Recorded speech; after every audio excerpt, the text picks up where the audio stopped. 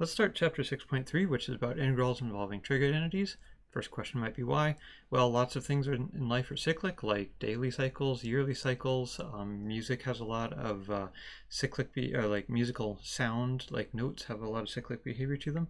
This is a prelude to doing Fourier series, which are useful in all kinds of applied math, like these things. There's something called root mean square or root mean squared error.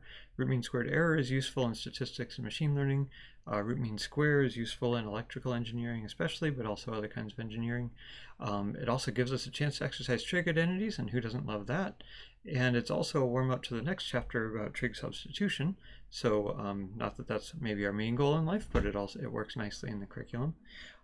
Speaking of trig identities, what are some of our favorite trig identities? Well, you probably, or maybe remember, sine squared plus cosine squared equals 1, and then this other one. That's actually more useful in the next chapter, not this chapter. Half angle and double angle formulas are, we're going to be using something like those. And then we're also going to be using products of sines, products of cosines, and product of sine and cosine. And there's a table on page 298 of our book that has all those formulas for you. All right. Let's go take a look at an interesting problem, hopefully. So let's think about the electric power in an ordinary household outlet like this one. It turns out it has a peak of 155 volts and a valley of negative 155 volts, and it has 60 cycles per second. That's called 60 hertz. So if you had an oscilloscope to graph the power in the outlet, it would look something like this. You would want to make sure it's an oscilloscope that can handle that kind of voltage. Otherwise you'll blow out your oscilloscope. So here's a question. What's the average voltage over one full cycle?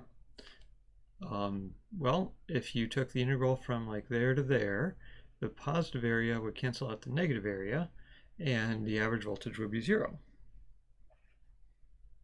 So does that mean that if you grab a live electrical wire, you will be fine because the average voltage in the wire is 0? No, it doesn't. So let's investigate the math of why that's not a good idea, and don't go experimenting. So let's start by writing a formula for this graph. So go ahead and write some kind of appropriate trig formula for that. Pause the video while you do that and then come back. Okay, welcome back. So we might say voltage at time t is, now this starts at the origin, so I would use a sine. It turns out sine versus cosine doesn't really matter because there isn't really a time 0 in the electrical grid. It's just kind of whenever you happen to plug something in. So I'm going to write sine here because that's what the graph looks like, but it could be cosine, could be sine plus a phase shift. All right, what else can we do? If I just say sine t, that will have a wavelength of 2 pi. I need a wavelength of 1/60th. So I could write 2 pi times 60 times t. I could also write 2 pi times 1 over 1/60th times t. That might actually make a little more sense. Like if we have a wavelength of 24 hours, we would usually say 1 over 24 there. So good ways of thinking about it. And then that is centered on 0, but it doesn't have an amplitude of 155. So we need to put 155 there. And that's a good formula for this particular voltage function. All right, so why does it not matter that the average voltage is 0? Because it can still hurt you. Well, electrical power is actually related to voltage squared. It's not exactly voltage squared, but that's the main idea here. It's proportional to voltage squared. In the simple case, there's all kinds of interesting electrical engineering to talk about when it's not proportional to voltage squared, but let's stay simple. So let's graph this function squared, right? So graph it just based on intuition, like sketch out a graph real quick. Probably is going to look something like this. Got a sine wave, and then where the sine wave would be negative, the squaring makes it positive, right?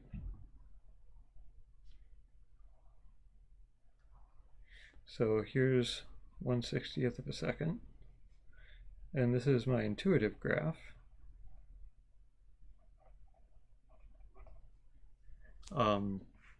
So Does that seem like it would be what a sine wave squared looks like? So this is saying that even when the voltage is negative, the power is positive, and that's partly why it's bad for you, right? It doesn't really matter whether the electrons are flowing this way or that way through your skin or the rest of your body. They're still going to heat stuff up and cause damage. So this is our intuitive graph. Let's go take a look in Desmos what the real graph looks like.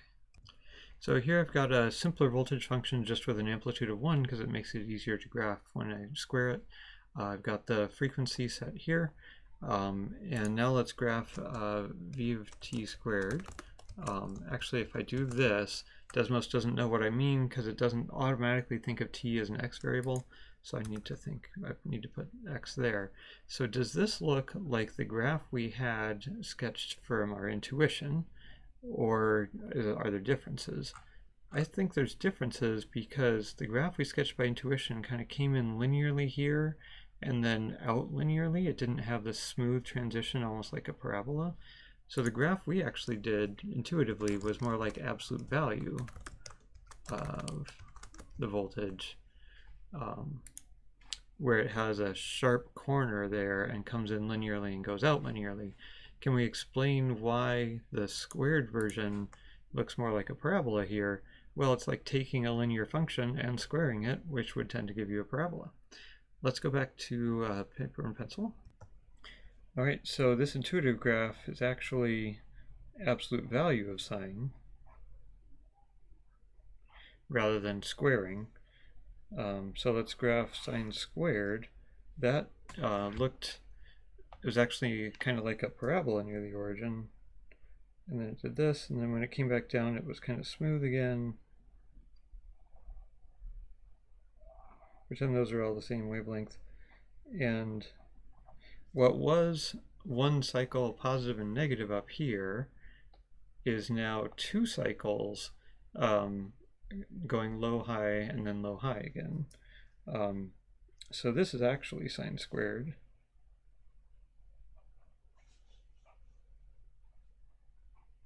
Sine of omega t squared.